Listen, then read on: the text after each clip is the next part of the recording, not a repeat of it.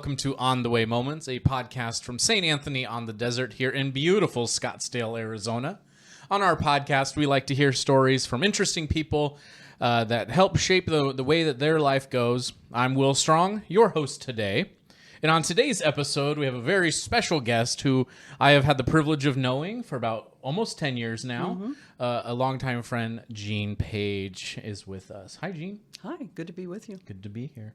So Jeanne is going to be telling us some information about kind of Haiti and the ministry of Haiti, and it's a big ministry here at St. Anthony. And so, but before we get to all that, just give us some background information about you, Jeanne. Okay, as you know, I was born and raised in Scottsdale when it was a native. A much smaller town, a much less rich, foofy town, I must say. And I grew up probably about 10 miles south of here. Okay. From a part of a big Irish Catholic family. How many brothers and sisters? 8. 8. Yeah, so big. And I went to the school I went to and the church I worshipped at was probably half a mile from my house. So that was our universe, pretty much, was worshiping and going to school. Did you go to school at the church? Yes. Oh, I didn't know that was still there. Yeah. That was there. And so it was just a very nice kind of idyllic growing up situation. I really enjoyed it.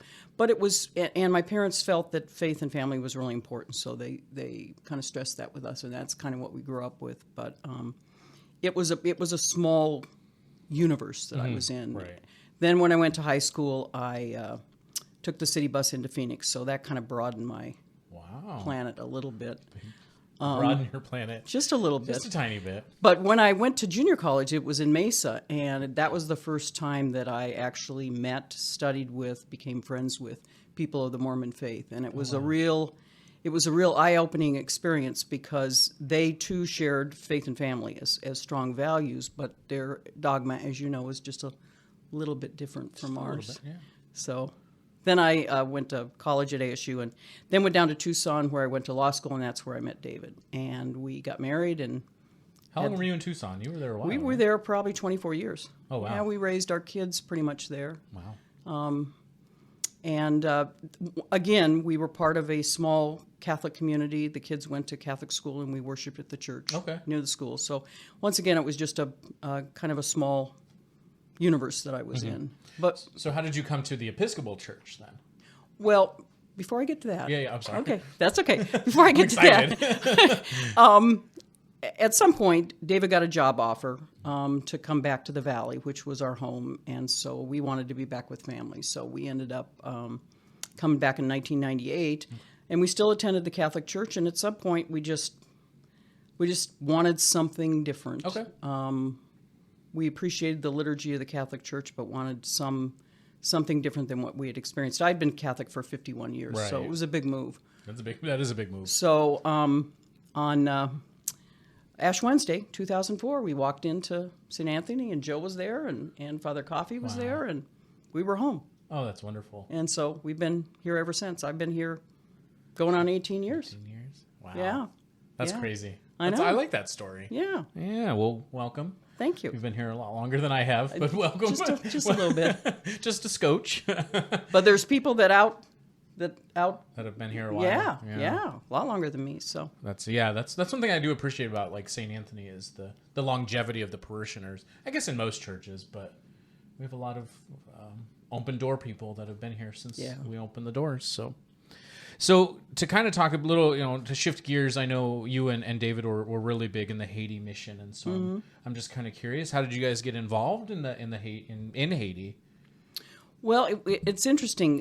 When David retired, we were both lawyers. When he retired, he was trying to figure out something to do, and he just couldn't imagine himself playing golf 3 times a week, which was what all the other retired lawyers did. So through happenstance, and I think looking back, it was probably the Holy Spirit, he got connected with somebody who was involved with a hospital in Leogane, Haiti. Okay. And the doctor said, would you like to be a guest house manager for this guest house? And he said, sure. So he spent, in April of 2011, he spent 3 months down in Haiti.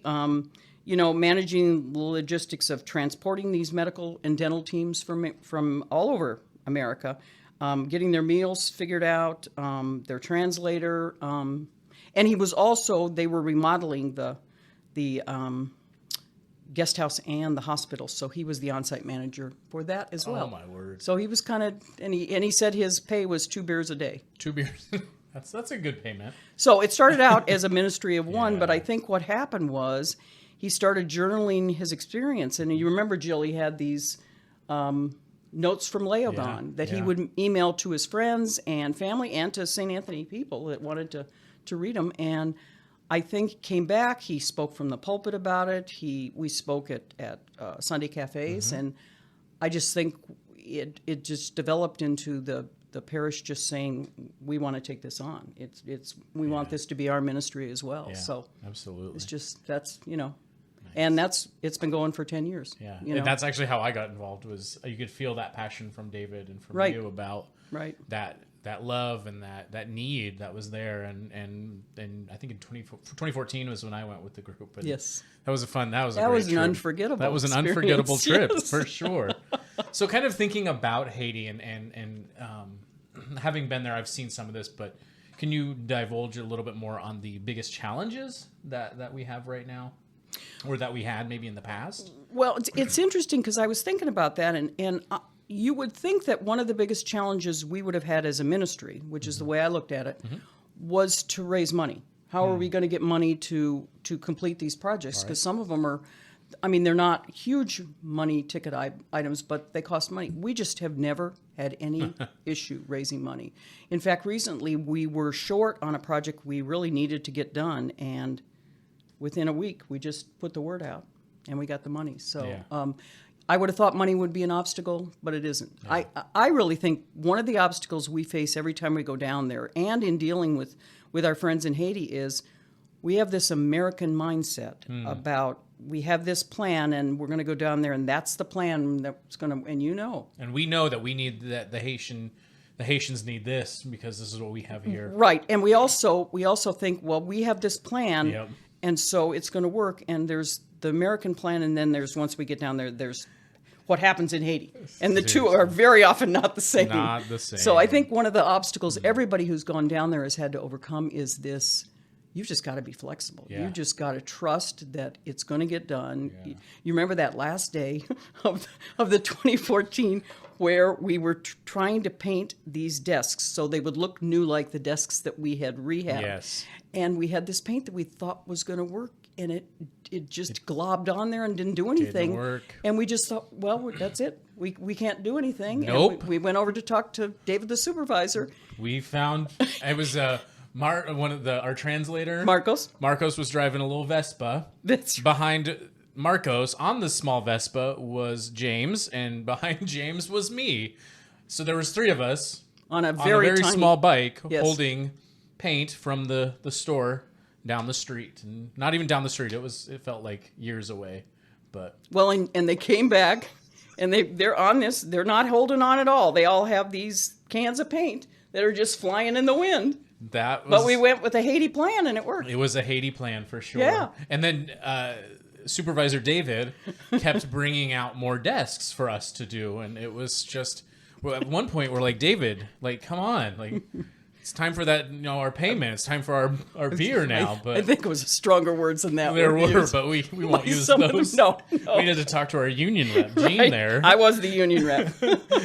Oh man. So that is very true. I think for me, who I like plans, I like things in order, and then getting there, it was like, oh. And I had done mission trips many times here in the U.S., but you're right. When you go to a different country, in Haiti, it was just like, okay, today we're doing this, and we're going to have to pivot a little bit, or, all right, it's 4 a.m., we get an hour of air conditioning, let's use it. Right.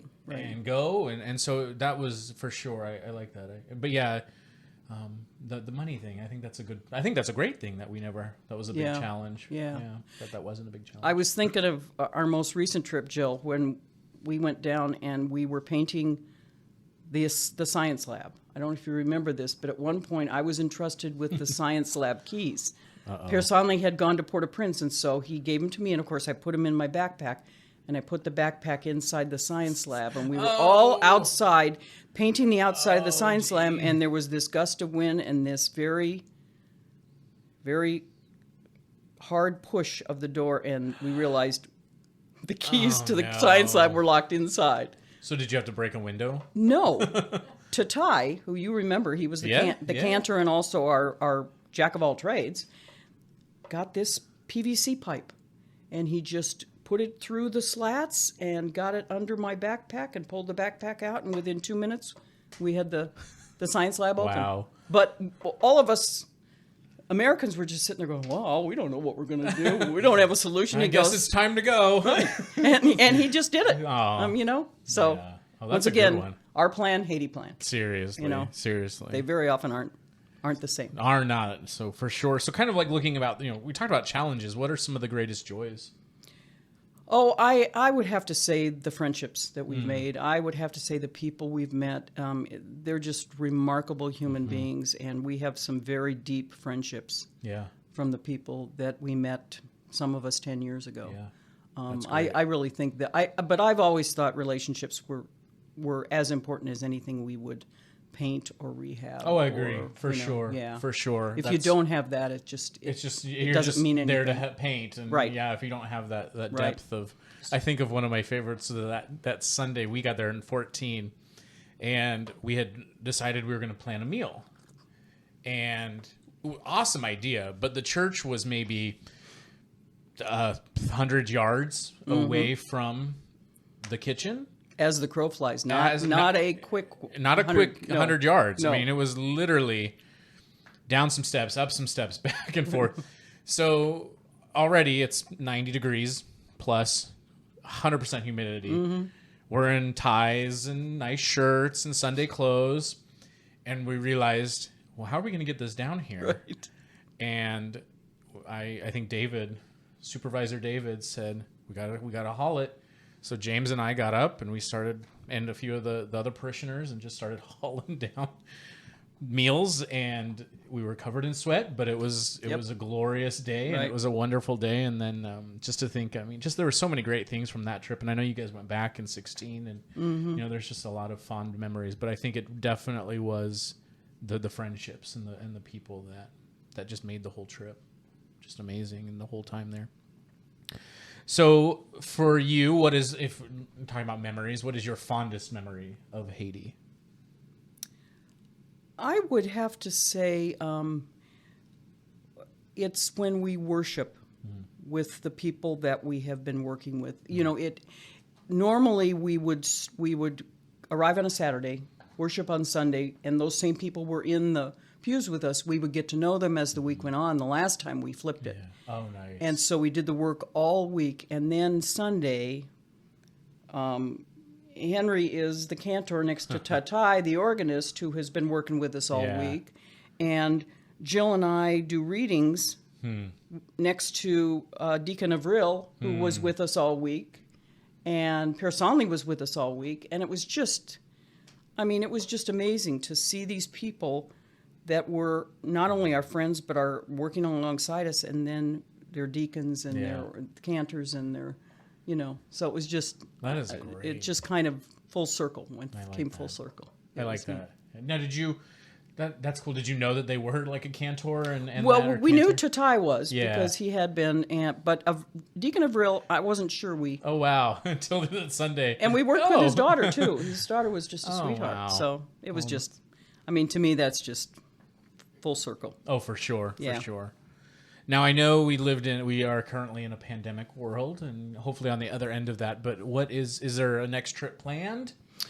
Every member of the team I've talked to is just ready. Once we get the green light, they're ready to go. But there aren't very many people vaccinated right now in Haiti. And unfortunately, for the last couple of years, the unrest has just been much worse than it has been before for a variety of reasons, mostly because there's an unstable government and the guy won't leave, and it's sad. So, but the minute we know that it's safe enough, and our friends down there won't let us come unless it's safe enough. They just won't. So, once we know we're gonna be on a plane and down there. Right. Let's go. Yeah. Let's go. Yeah. No, and that's I mean, that's the safety thing, and I'm glad that they're thinking like, no, don't come down here just yet. And because even when we were there, it was, there was always that talk of, well, a protest could break out on our way to the airport, and we'd have to wait a while. And it was, I mean, luckily nothing like that happened. But I mean, you're right, the unrest for sure.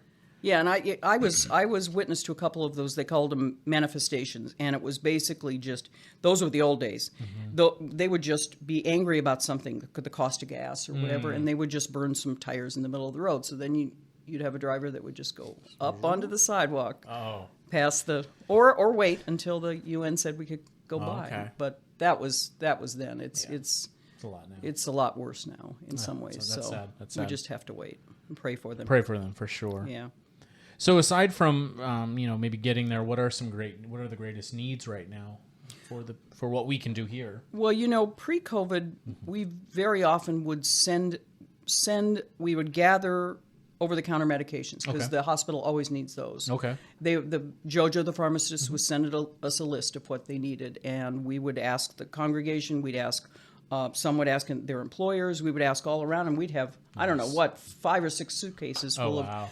We can't do that right now because there's no safe way really to get it. So get it over there. I think whatever needs they have, the only way we can help them other than praying for them is through cash donations. I think that's right now all we can do. That's perfect. I mean, that's a great way to give to the community. So how can they get more information on maybe how to give in that? Well, they can go to our website at St. Anthony, and there's a Haiti page, and they can donate online. Perfect. They can send a check to the church. They can put it in the offering plate. Yep. Thanks. We haven't done that for so long. I know. I was having a hard time remembering what it was. Again? Right. But anyway, those are all the ways they can do it. So definitely be sure to check out St. Anthony, our website, and the link will be in the show notes at the bottom there. But Jeanne, we ask all of our guests one question, and it's always, what is an on-the-way moment in your life that may have shifted the course of your life? Well, I was thinking of Haiti because there are so many of those moments that I've experienced in Haiti. And the one that I was thinking about the other day was when I went out with a medical team. This was in 2016, and it was a group of nurses from Boston College. Okay. And they would go out to a site. This was probably 20 minutes away, and they would have this clinic organized. Literally everybody in the village would come in for their medical needs, and they would triage. And you would look at the rows of people that still needed to be seen at 3:30, and you'd think it's never gonna happen. And they somehow, with magic, they would see everybody. They would treat them kindly. Well, at one point, one of the local translators came up to Donna, the head nurse, and said, "My dad's just not doing well. I don't know what's going on, but can you come to my house?" And so we did, a group of us, and I don't remember what was happening, but he was clearly in distress, and they asked all the questions they needed to ask. They did what they needed to do. They resolved it. But here's this older man sitting on the front porch, and at some point, Donna said to the translator, "Can we pray with your father?" And she asked him, and he said yes. And so here's this group. We're holding hands on this tiny porch in a room that's their house that's probably 8 by 10 feet. Wow. And we're saying the Lord's Prayer. And it was such a sacred space. And it kind of transformed you from that place to somewhere else. And it was just something I'll never forget. Goosebumps. Goosebumps. I just got them. Right. Oh, right. Jeanne, that's a great But story. there were literally hundreds of those. Oh, yeah. That I have experienced over the 10 years. That's wonderful. That's great. So. Well, Jeanne, thank you so much for sharing your story and your Haiti stories. And, that's all for us today. But be sure to like and subscribe and leave comments. Please check out our website for more information about how to help Haiti. Find us on YouTube, iTunes, and wherever else you get your podcasts. That's it for today. So thank you, Jeanne, and we'll see you next time.